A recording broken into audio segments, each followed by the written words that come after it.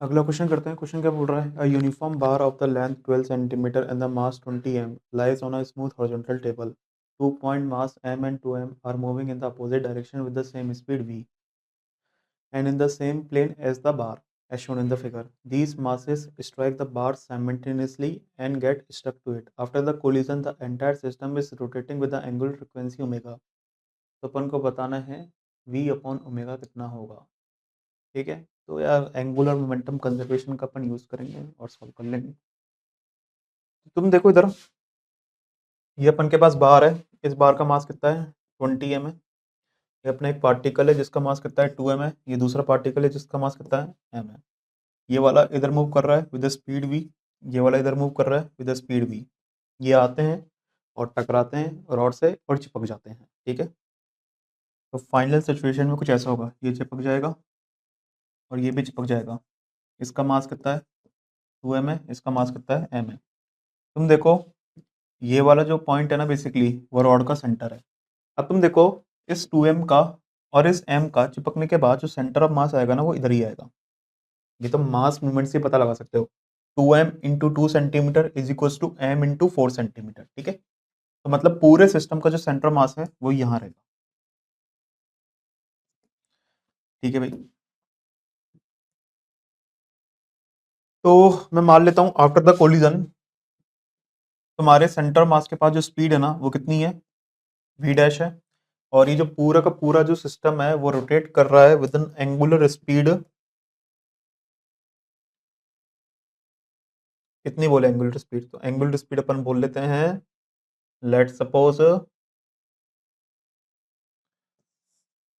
Omega.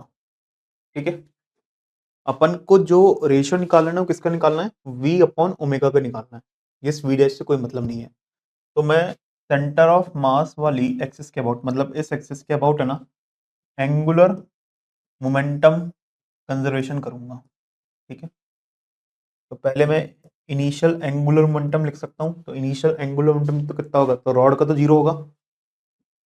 सही है, इस वाले पार्टिकल के कारण इस एक्सिस के अबाउट एंगुलर मोमेंटम कितना आएगा? तो मेरे हिसाब से अपने पास आ जाएगा 2m इंटू वी इंटू, आगे क्या आ जाएगा अपने पास? 2 सेंटीमीटर बोल ले अपन। हाँ, 2 सेंटीमीटर।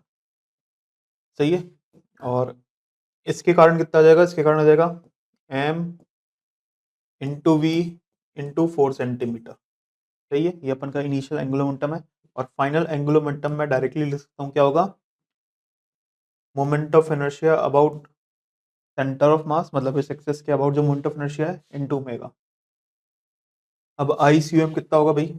अब अपन के पास ICUM, पहले तो रॉड के कारण लिखो। रॉड के कारण कितना हो जाएगा अपने पास? 20m इंटू लेंथ कितनी थी रॉड की? रॉड की लेंथ थी 12 सेंटीमीटर। तो यहाँ पे लिखेंगे अपन 12 सेंटीमीटर का स्क्वायर बाई 12। भाई ml स्क्वायर बाई 12 होता है ना, तो वही करा मैंने। अब दोनों पार्टिकल का लिख दो। तो इस वाले पार्टिकल कितना होगा? तो मेरे हिसाब से इस वाले पार्टिकल हो जाएगा अपने पास 2m इंटू 2 सेंटीमीटर स्क्वायर। और इस वाले पार्टिकल कितना हो जाएगा? m into 4 centimetre square. सही है, तो ये अपना ये मोमेंट ऑफ इनर्शिया है और इसको मैंने ओमेगा से मल्टीप्लाई कर दिया। तो ये अपना ये फाइनल एंगुलर मोमेंटम हो गया। अब तो बस दोनों को इक्वेट करना है। तो इक्वेट कर लेते हैं दोनों को। तो मेरे हिसाब से ऊपर जो लिखा हुआ है वो क्या लिखा हुआ है? तो ऊपर अपन के पास लिखा हुआ है,